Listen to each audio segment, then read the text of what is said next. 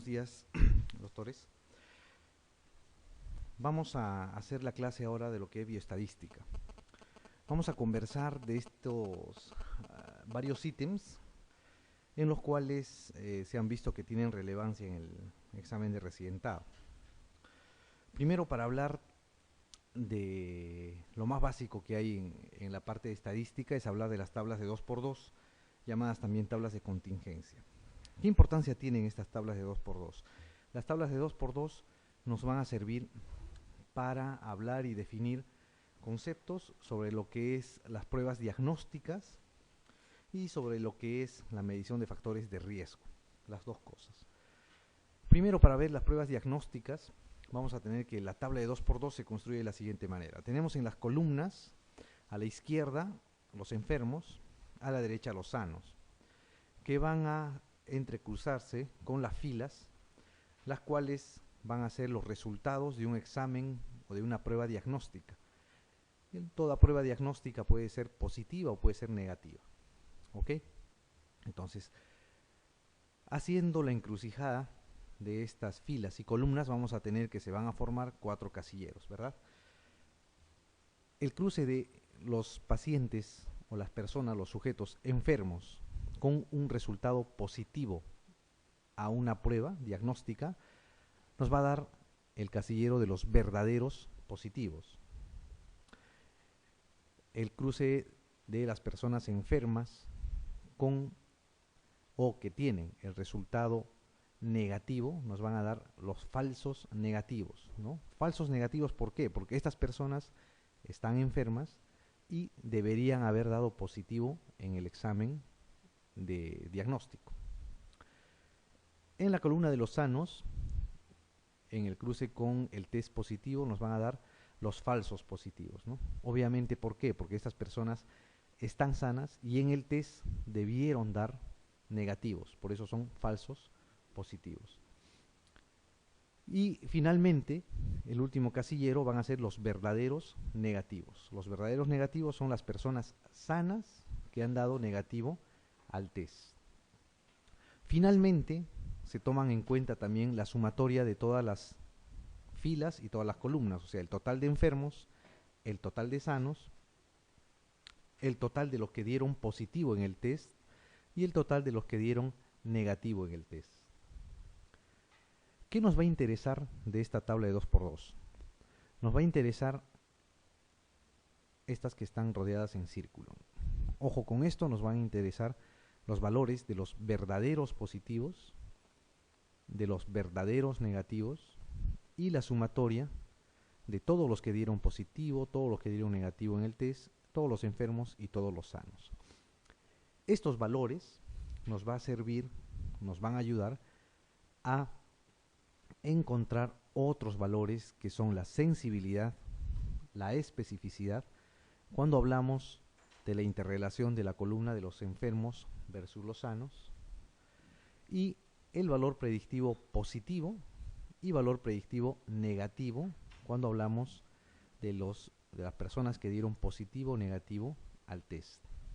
¿Cómo va a ser esto? Se usan las siguientes fórmulas. La sensibilidad se saca dividiendo los verdaderos positivos sobre la totalidad de los enfermos. ¿Okay? A eso se llama sensibilidad de la prueba o sensibilidad del test. La especificidad va a ser la división entre los verdaderos negativos y la totalidad de los pacientes sanos. ¿Okay? A eso se llama especificidad. La sensibilidad va a ser la probabilidad o la posibilidad de que un enfermo dé positivo en un test. Y la especificidad va a ser la probabilidad de que un sano dé negativo en el test. ¿Ok? Esos son los conceptos que deben grabar. De manera horizontal vamos a tener primero el valor predictivo positivo. El valor predictivo positivo va a ser la división de los verdaderos positivos sobre la totalidad de los pacientes que han dado positivo al test. Y el valor predictivo negativo los verdaderos negativos sobre la totalidad de los pacientes que han dado negativo al test. En consecuencia, el valor predictivo positivo, ¿ok?, es la posibilidad de tener un resultado positivo al test que se va a realizar. Y el valor predictivo negativo es la posibilidad de tener un resultado negativo sometiéndose al test en mención. Estas fórmulas tienen que recordarlas, ¿ok? Tienen que recordarlas, es fácil de sacarlas. Solamente cada vez, eso se les recalca siempre, cada vez que existan preguntas hablando de valor predictivo positivo, valor predictivo negativo, sensibilidad o especificidad, tienen que hacer este cuadro. ¿Okay? Van a ver que haciendo este cuadro se responden todas las preguntas que tengan que ver con estas interrogantes. Muy bien. Les había dicho de inicio que las tablas de 2×2 sirven para ver básicamente pruebas sobre test diagnósticos, ¿no? Sensibilidad, especificidad, valores predictivos negativos y positivos. Además, las tablas de 2×2 sirven para hacer mediciones de riesgo, ¿ok? ¿El riesgo de qué? De enfermar cuando uno está expuesto a un factor de riesgo, o incluso, dependiendo del valor, vamos a verlo más adelante, se puede hablar no solamente de factor de riesgo, sino de factor de protección. ¿Ok? La medición del riesgo entonces se da mediante dos fórmulas. Una es el OR, que es la razón de Momios, o el odds ratio, y otra es el RR, o el riesgo relativo.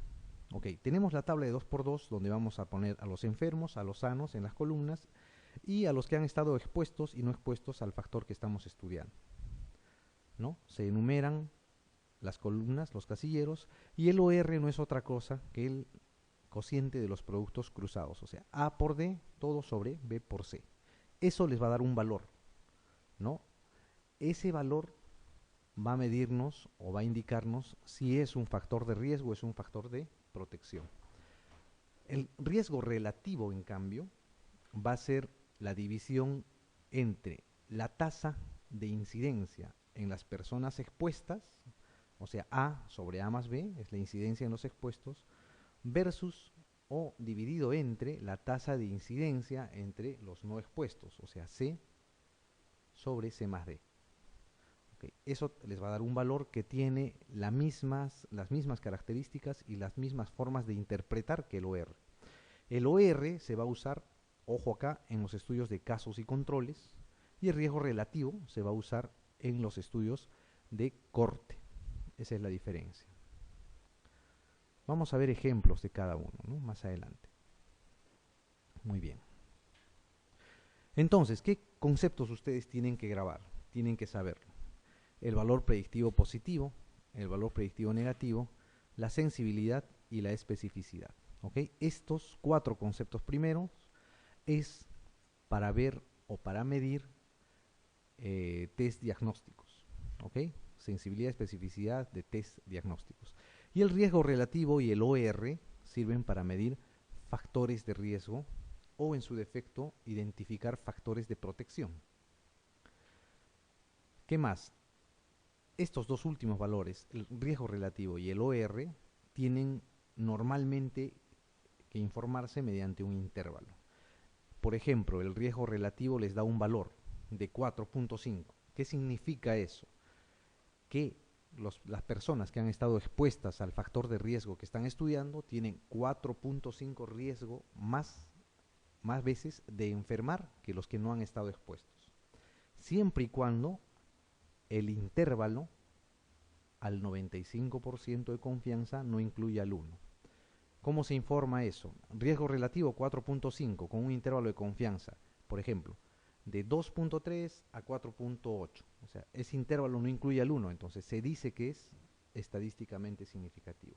Si fuera 4.5, pero el intervalo va, por ejemplo, de 0.5 a 2.5, en ese intervalo está incluido el 1. ¿Ok? Por ende, ya no se considera como estadísticamente significativo. Vamos a volverlo a ver eso de la interpretación más adelante, pero se los voy adelantando. Es algo importante también que deben de saber. Muy bien. A ver, vamos a responder la primera pregunta, ¿sí? Dice, en un estudio prospectivo, en el cual se compara un nuevo antiagregante, grupo experimental le llaman, frente al tratamiento habitual con ácido acetil salicílico, que es el grupo control. Se ha obtenido los siguientes resultados en la prevención de infartos de miocardio a los 2 años de tratamiento. El nuevo tratamiento, 25 infartos de miocardio sobre 500 pacientes. El tratamiento habitual, 50 infartos de miocardio sobre 500 pacientes. La pregunta es, ¿cuál es el riesgo relativo de padecer un infarto de miocardio con el nuevo tratamiento respecto al habitual? 0.75, 0.5, 60%, 5% o 2%. ¿No? Esa es la pregunta que se les hace. Ok. ¿Qué les piden comparar acá? El riesgo relativo, ¿no? De padecer un infarto de miocardio con el nuevo tratamiento respecto al habitual. O sea, están comparando el nuevo tratamiento con el habitual, que es el estándar, digamos, ¿no? ¿Qué cosa era el riesgo relativo? ¿No? Acabamos de verlo. Era el cociente de la tasa de incidencia entre expuestos sobre los no expuestos, ¿no es cierto? En el cuadrito, en el tercer slide de vuestra separata lo tienen, ¿no es cierto? ¿Qué cosa es perdón, en el cuarto slide, el riesgo relativo? No es otra cosa que el cociente entre la tasa de incidencia de expuestos versus los no expuestos, ¿no? Entonces, ¿qué cosa tenemos que sacar? La incidencia de infarto de miocardio en este estudio. Tenemos que sacar la incidencia de expuestos versus los no expuestos. En los expuestos dice 25 infartos de miocardio sobre 500 pacientes. 25 sobre 500. Esa sería su incidencia, ¿no es cierto? En los no expuestos tenemos 50 infartos de miocardio sobre 500 pacientes. Esa sería la incidencia en no expuestos. ¿Qué cosa tienen que hacer? Dividir estos dos valores. El riesgo relativo es la división o el cociente entre la tasa de expuestos versus los no expuestos, ¿no? Incidencia de expuestos sobre incidencia de no expuestos. Hacen la operación matemática y eso les va a salir 0.5, ¿ok? Que la respuesta es la B. Ok, a priori, ¿qué cosa es lo que deben saber ustedes? ¿No? ¿Qué pueden descartar de frente acá? Que tanto la alternativa C y la D, jamás los riesgos se miden en porcentaje, ¿ya? No se informan así en porcentaje, salvo que se los indiquen, ¿no? ¿Cuál sería el porcentaje de padecer la enfermedad? Pero normalmente un riesgo se informa en números, ¿no? Números absolutos o números de fracciones. Bien, vamos a aprovechar la pregunta y decir 0.5, ¿qué significaría? ¿Sería un factor de riesgo o un factor de protección? Factor de protección, ¿no es cierto? Porque su valor es menor a 1. Si fuera 1, significa que da igual tomar uno u otro tratamiento. Si es más de 1, es más riesgoso para el paciente tomar el nuevo tratamiento. Si es menos de 1, es mejor para el paciente tomar el nuevo tratamiento porque es un factor de protección. ¿Ok? Muy bien. La siguiente pregunta dice, ¿no? Una prueba diagnóstica tiene una sensibilidad del 95%. ¿Qué nos indica este resultado? La prueba dará como máximo un 5% de falsos negativos. La prueba dará como máximo un 5% de falsos positivos. La probabilidad que un resultado positivo corresponda realmente a un enfermo será alta. La probabilidad que un resultado negativo corresponda realmente a un sano será alta. O la prueba será muy específica. No, estamos hablando de sensibilidad, ¿no es cierto? Si ustedes se fijan, el tercer slide, ¿no? En vuestra separata, van a encontrar el cuadrito, la tabla de 2×2, donde les dan los valores. ¿Qué cosa es la sensibilidad? La sensibilidad es el cociente de los verdaderos positivos sobre los verdaderos positivos más los falsos negativos, ¿no es cierto? Eso se llama sensibilidad. Le están preguntando eso, si tiene una sensibilidad del 95%. ¿Qué nos indica este resultado? La prueba será muy específica. ¿Podrían afirmar eso con los datos que le dan? No, no es cierto. Les dan solamente le están hablando de la sensibilidad del 95%. La probabilidad de un resultado negativo corresponda realmente a un sano será alta. Tampoco, ¿no? No tiene que ver. La probabilidad que un resultado positivo corresponda realmente a un enfermo será alta. Lo mismo que el anterior, ¿no es cierto? Eso no se puede prever con estos datos, no se puede decir, no se puede diferenciar eso. Nos quedan estos dos. Dice, la prueba dará como máximo un 5% de falsos negativos o la prueba dará como máximo un 5% de falsos positivos. ¿Cuál será? Como les decía, cuando ustedes tengan este tipo de pregunta, hacen su tabla de 2×2 y de ahí sacan la respuesta, ¿no? La prueba dará como máximo un 5% de falsos positivos. En la sensibilidad, ¿se toman en cuenta los falsos positivos? En la sensibilidad, ¿se toman en cuenta los falsos positivos o no? En la especificidad se podría tomar en cuenta, ¿no?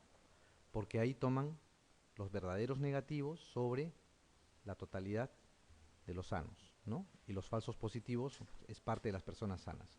La prueba dará como máximo un 5% de falsos negativos, es la respuesta. Si ustedes tienen en la fórmula, la sensibilidad son los verdaderos positivos sobre los verdaderos positivos más los falsos negativos, ¿no? 95% de sensibilidad, solamente con ese porcentaje, con ese dato, lo único que pueden decir es que la prueba dará como máximo un 5% de falsos negativos. ¿Ok? ¿Por qué? Porque el 95% restante van a ser verdaderos positivos. ¿Ok? Eso lo sacan con la fórmula. Siempre que tengan este tipo de preguntas, tienen que dirigirse a la tabla de 2×2. Muy bien, la pregunta 3 dice, la prueba diagnóstica que se aplica para el cribado de una enfermedad requiere las siguientes características, excepto, ¿no? El cribado es hacer un screening, ¿no es cierto? Es hacer un estudio, tomar exámenes a todos los pacientes con posibilidad de estar enfermos para saber quiénes de esos están haciendo la enfermedad, ¿no? A eso se llama cribado. Dice, la prueba diagnóstica que se aplica al cribado de una enfermedad requiere las siguientes características, excepto A, alta prevalencia de la enfermedad, B, alta especificidad de la prueba, C, alta sensibilidad de la prueba, D, existencia de recursos de diagnóstico y tratamiento de los sujetos positivos en la prueba, y E, aceptable para la población. ¿Cuál sería el excepto? La B, ¿no es cierto? Alta especificidad de la prueba. Recuerden, cuando ustedes quieren hacer un cribado, lo que buscan, su finalidad es encontrar, identificar a la mayor cantidad de enfermos posibles, ¿no? No importa si por ahí se les escapan algunos sanos, lo que quieren es abarcar a la mayor cantidad posible de enfermos. Eso se logra con pruebas que sean altamente sensibles, ¿no? Altamente sensibles. Entonces, lo que es falso acá es que la prueba debería ser altamente específica, ¿ok? Para confirmar el diagnóstico, sí es necesario pruebas que tengan alta especificidad. Ojo, esa es la diferencia. Las pruebas que son o que tienen alta sensibilidad se usan para el cribado o el screening, y las pruebas que tienen alta especificidad se usan para confirmar los diagnósticos. Muy bien, ¿qué más deben saber? Hay un cociente que se usa para ver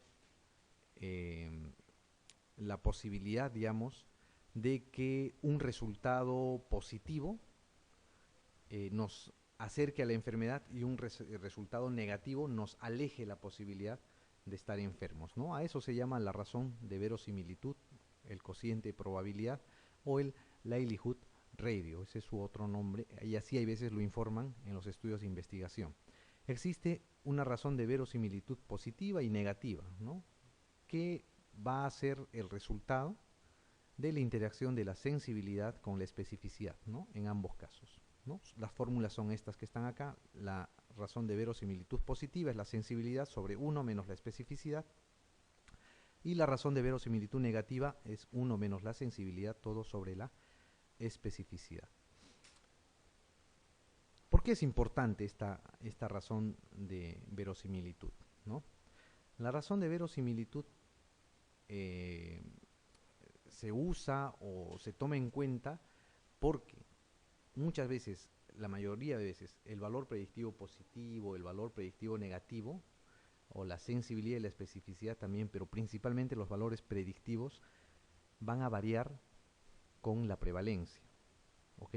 Cuando varía la prevalencia, cuanto más prevalente es o menos prevalente es una enfermedad, estos valores se van a ver afectados. Entonces, este coeficiente de probabilidad o razón de verosimilitud va a dejar de lado la prevalencia. ¿Ok? Entonces, una razón, se dice, de probabilidad menor que 1 indica que el resultado se asocia con la ausencia de la enfermedad. Y un resultado mayor que 1 se asocia con la presencia de la enfermedad. La razón de verosimilitud puede ir de 1, 2, 3, 4 para arriba o ir hacia abajo también, ¿no? Hacia los decimales. Se dice que cuando una razón de verosimilitud es positiva, es mayor a 10, o negativa es menor a 0.1, el test que están estudiando, la prueba diagnóstica que están estudiando, se puede usar como confirmatoria. ¿Okay? Como confirmatoria. Entre más alta o más alto sea el valor de la razón de verosimilitud para una prueba positiva, mejor es la prueba para diagnosticar la enfermedad, ¿no? Y entre más baja es la prueba, la razón de verosimilitud negativa, mejor es la prueba para excluir la enfermedad. O sea, cuanto más altos sean estos valores, dependiendo si es positivo o negativo, les va a afirmar que están enfermos o les va a decir que verdaderamente están sanos. ¿Ok? Lo que les comentaba del valor de 10, ¿no es cierto? Mayor de 10 se va a concluir o se va a decir que van a generar cambios conclusivos. O sea, eso significa que pueden ser confirmatorios. ¿Ok? 10 o más o 0.1 o 1 sobre 10 o menores, ¿no? De acuerdo a si son positivos o negativos. A partir de 5 ya generan algunos cambios. Ya se puede decir que tienen cierta potencia las pruebas que están usando para hacer diagnóstico. Pero si la razón de verosimilitud sale 10 o más, en realidad esos sí están generando cambios conclusivos. ¿Ok? Eso es lo que deben recordar de esta prueba. Entonces vamos a responder la pregunta 4. Dice, en la evaluación de una prueba diagnóstica de una enfermedad hemos encontrado que una razón de verosimilitud positiva de 7, o hemos encontrado una razón de verosimilitud positiva de 7. ¿Qué indica este resultado, ¿no? ¿Qué indica que ustedes encuentren este valor? Que el resultado negativo es proporcionalmente 7 veces más frecuente en los enfermos que en los no enfermos. Que el resultado positivo es proporcionalmente 7 veces más frecuente en los enfermos que en los no enfermos. Que el resultado positivo es proporcionalmente 7 veces más frecuente en los no enfermos que en los enfermos, que la sensibilidad y la especificidad son 0.5 o menos, y que la contribución del resultado positivo de la prueba es pobre en el diagnóstico de la enfermedad, ¿no? ¿Qué les indica una razón de verosimilitud positiva de 7? Bien, vayamos. Que la contribución del resultado positivo de la prueba es pobre en el diagnóstico de la enfermedad. ¿Será o no? No, ¿no es cierto? Más de 5 ya se debe tomar en cuenta. Más de 10 ya es concluyente un resultado. No es el tema. Que la sensibilidad y la especificidad son menores a 0.5. Tampoco, ¿no es cierto? Con estos valores uno no puede hallar ni la sensibilidad ni la especificidad. Les quedan las 3 primeras. Para responder este tipo de preguntas, ustedes tienen que recordar que la razón de verosimilitud positiva se asocia con la enfermedad y la razón de verosimilitud negativa se asocia a la ausencia de enfermedad. De estas alternativas, ¿cuál es la que se asocia a la enfermedad?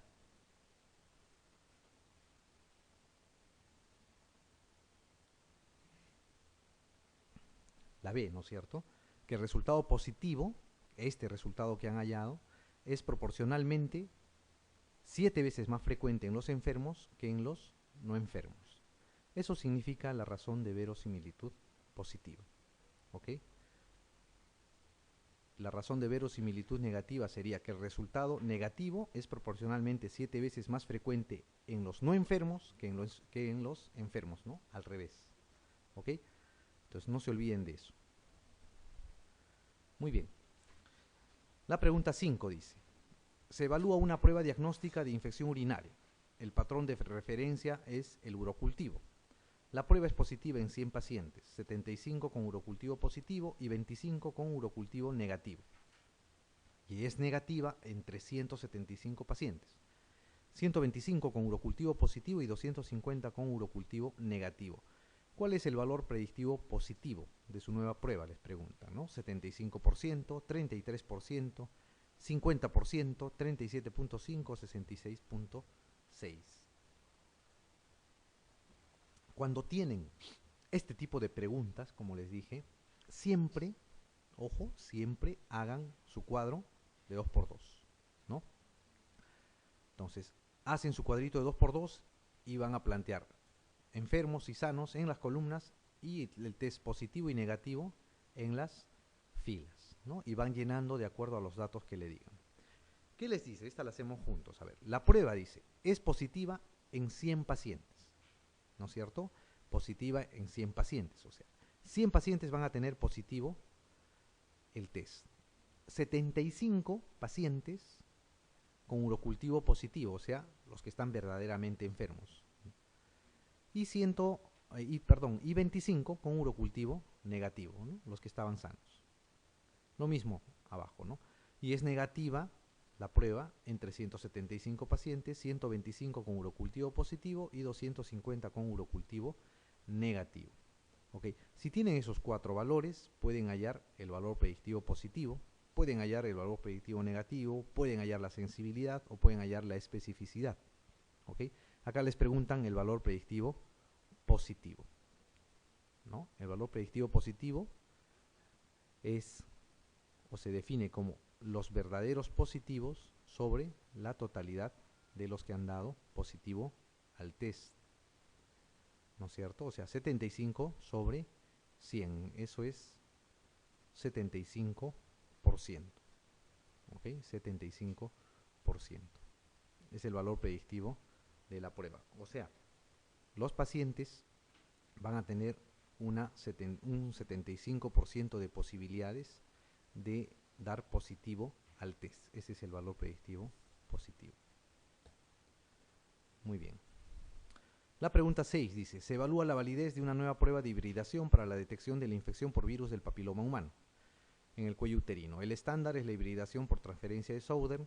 En la muestra de 400 sujetos se obtienen resultados positivos en 70 de las 140 enfermas y en 26 de las sanas. ¿Cuál es la sensibilidad de la prueba? ¿Ok? 0.17, 0.34, 0.18, 0.10 o 0.5. Cuando tengan una pregunta de este tipo, ya saben, tienen que armar su tabla de 2×2, siempre. Y colocan enfermos en la primera columna, sanos en la segunda, positivo en la primera fila, negativo en la segunda. ¿Qué les dice? Tienen en la muestra de 400 sujetos, se obtienen resultados positivos en 70 de las 140 enfermas, ¿no? O sea, hay 140 enfermos y en 70 de ellos ha salido positiva la prueba. Y en 26 de las sanas, ¿no es cierto? 26 de las sanas. No saben cuántos pacientes sanos han dado negativo en el test, pero lo pueden sacar. ¿Por qué? Porque dice en la muestra de 400 sujetos, o sea, saben que la totalidad de toda la muestra es 400, ¿no? La sumatoria de todos, acá está eso, 400. Entonces, restan 400 menos 140 y les va a dar 260, ¿ok? Que es la totalidad de los sanos. Con eso pueden sacar los valores de los 4 casilleros y lo que les están preguntando es cuál es la sensibilidad de la prueba, ¿no? La sensibilidad. ¿Cuál era o qué era la sensibilidad? La fórmula es los verdaderos positivos sobre la totalidad de los enfermos, ¿no es cierto? Verdaderos positivos sobre verdaderos positivos más falsos negativos, eso sale 70 sobre 140 y la respuesta es 0.5. Ok, les vuelvo a recalcar, cada vez que tengan este tipo de preguntas, tienen que armar su tabla de 2×2.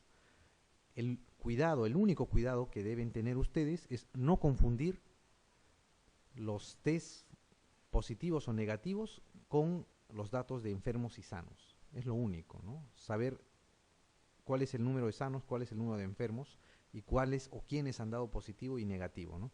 Si no confunden esos valores, van a responder cualquier pregunta que les tomen sobre o de este tipo o acerca de estos datos.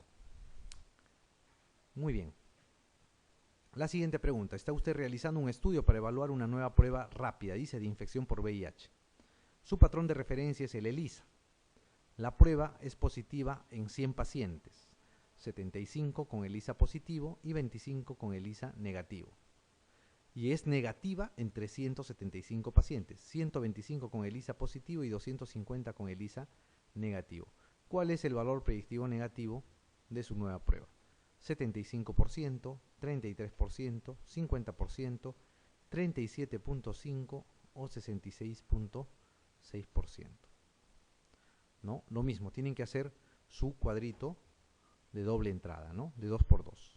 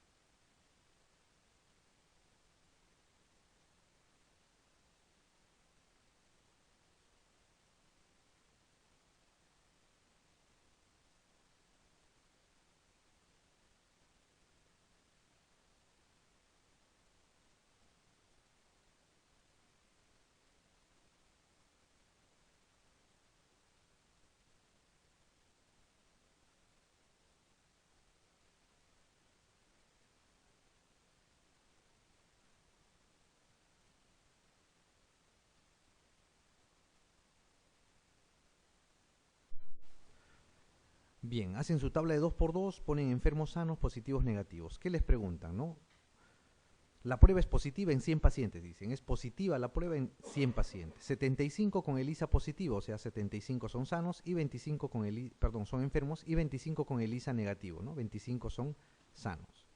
Y es negativa en 375 pacientes. 125 con ELISA positivo, esos son los enfermos, y 250 con ELISA negativo, esos son los sanos, ¿no?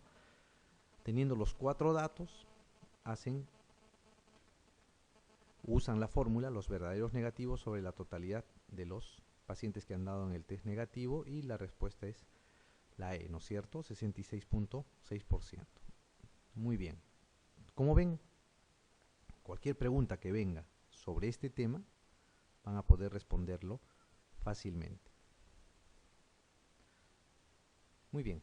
La siguiente pregunta, la 8, dice: en una población de 500 personas hay una enfermedad que tiene una prevalencia del 10%.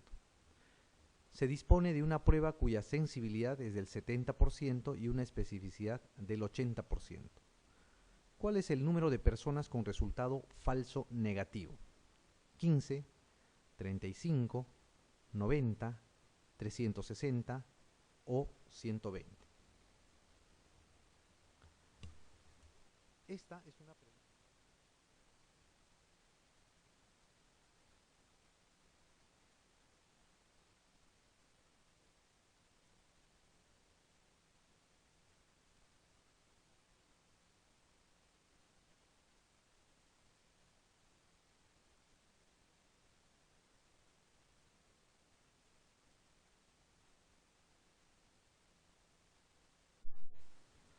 Bien, hacen su tabla de 2×2, ponen enfermos sanos, test positivo negativo, ¿no? Rellenan los casilleros respectivos, verdaderos positivos, falsos positivos, verdaderos negativos, la sumatoria en todos los casos, y empiezan a tomar los datos. Les dice tiene una prevalencia del 10%, ¿no? Ese es un dato que le da.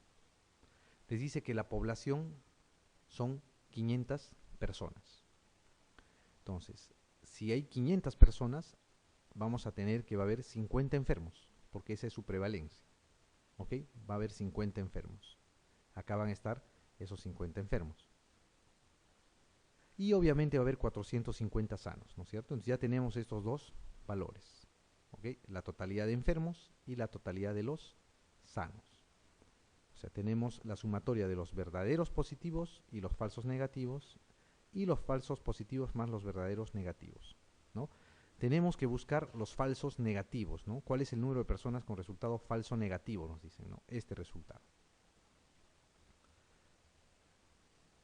Bien, entonces para eso tomamos en cuenta los verdaderos positivos más los falsos negativos son 50, ¿no es cierto?